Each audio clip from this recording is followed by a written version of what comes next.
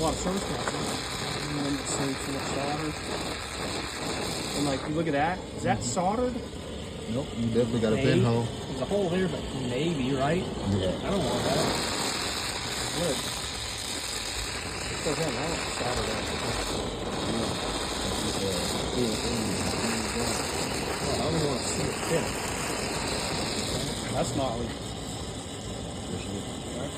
And so, as I'm soldering, if you put too much heat to it, it's going to kind of melt away. I'm not going to keep adjusting this thing to get the temperature right. This is how I do my temperature. It's hot. I start backing my tip up. Right? That's how I'm going to control my